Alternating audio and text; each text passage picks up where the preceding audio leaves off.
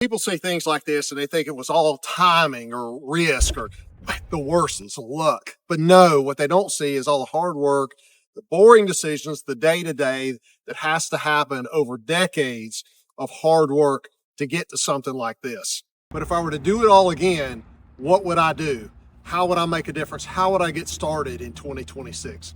I'm Greg, the Rocket Guy, and after 30 years, I've seen the ups and downs, recessions, massive market corrections, and I'm here to tell you what are we going to look at in 2026 as we're moving forward and getting started in our real estate investing. Okay, so let's talk about 2026. Hey, look, every market has its own nuances, and so we can't ignore, we can't be an ostrich and just stick our head in the sand. We have to acknowledge the market realities, and kind of where we are today is that, yeah, you're right, interest rates are higher than what most people are used to. Not when I started investing, there was double-digit inflation or interest rates, but hey, what most people are used to. And rents haven't quite kept up with the pricing. The pricing on purchase of different real estate assets has outpaced the rents, even though everybody's like, oh my gosh, my rent's so high. And, inflation is causing a lot of people to kind of really squeeze in the month-to-month budget and really kind of squeeze in a little bit. And of course, the news is terrible. If you listen to the news, you'll turn on one station and you feel like you're supposed to be doing great, turn on another station and makes you want to call a counselor, right? That's really, really bad.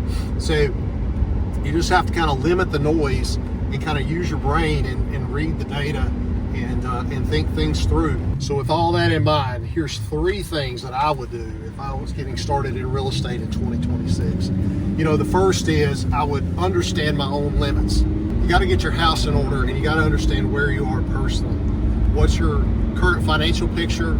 What's your personal limits as far as your time? What are your talents? What kind of stress do you enjoy?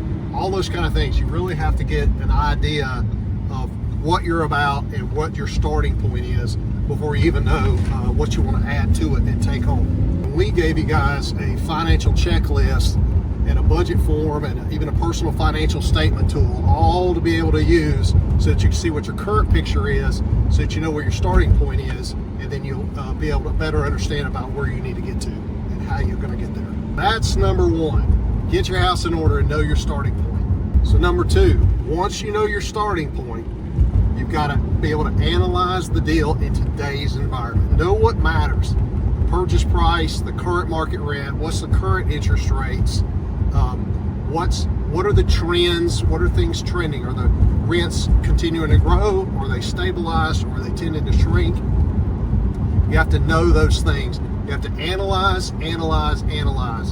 Your confidence comes through repetition or reps.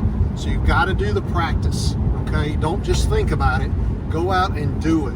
Run some numbers and use our analyzer tools to help with that. So that's point number 2. Analyze. And number 3, build relationships before you even need them. And I hate to even say need relationships because relationships are with people, okay? You shouldn't have to need anybody, or that's not the reason why you have relationships, because there's a need. But hey, look, your network is your net worth. We've always said that. When you're in the middle of a deal, it's not when you need to figure out who you need to call, okay? It's best to have your team built before you even step off into there. And deals typically come from your network more so than listings that you find online. People will say, hey Greg, don't you still invest in houses? I'm like, heck yeah, what you got? Right? So I still get friends calling me up all the time going, hey Greg, you still into buying real estate? I'm like, heck yeah. And some aunts, cousins, and brother or somebody, has got a house they want to sell, or somebody's died or something, they need to kind of sell a property, and I'm like, I'm your guy. So hey, look, so that's point number 3. Build those relationships. Build them before you need them. Your network is your net worth. Do that before you even need it. So, bonus point, you didn't know you were in for 4, but you're in for 4. Here's what you're not going to do, okay? You're not going to wait till you're ready, okay, till you're extremely confident before you do anything or take any action. Confidence comes from reps, but you need clarity. Okay, you need clarity first before you get to confidence. And so that's why we built Branch. We built Branch because we noticed that there's tons of inspiring investors that are out there wanting to do something different with their lives, but they're just stuck. They're frozen in analysis paralysis.